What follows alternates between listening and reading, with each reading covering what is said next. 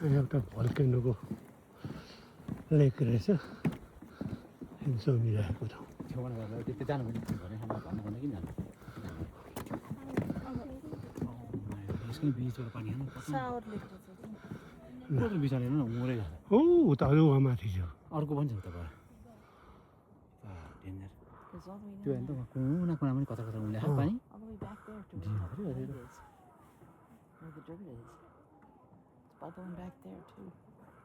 सबै यहीँ पानी उम्लेको यहीँबाट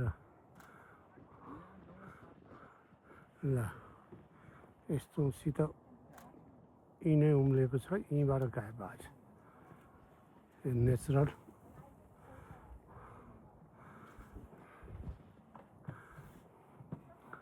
त्यहाँ माथि त्यो धुवा छुट्या छ त्यो माथिको गइरहेछ ऊ त्यहाँ हो नि त्यस्तै ल यता त्यहाँ त मडै छ त्यो त लेदो जस्तो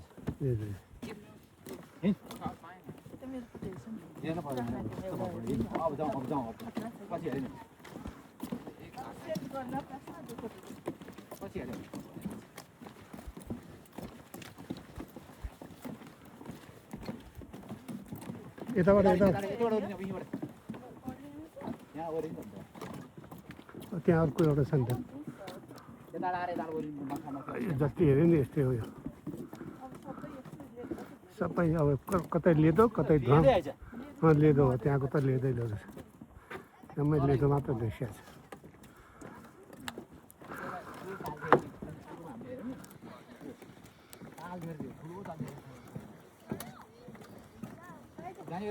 नजाने अब गइस लामो हुन्छ आफ्नो टाइम पनि हेर्नु पर्ने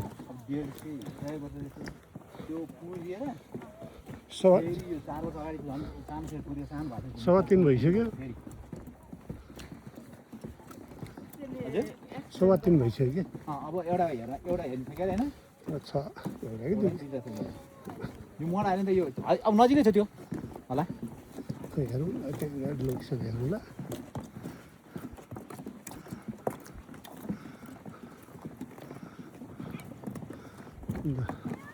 यहाँ फेरि अर्को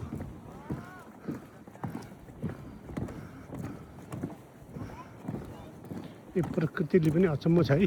के हो ल यहाँ कस्तो पावर छ कति पावरले माथि यत्रो डाँडा टुप्पामा हुनु न फेदा हो र मूल फेदा भयो पनि ए गना यो कुमाले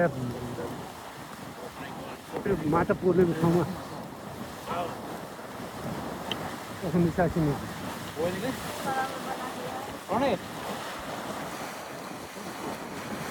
ल यो त के हो यो त मात्र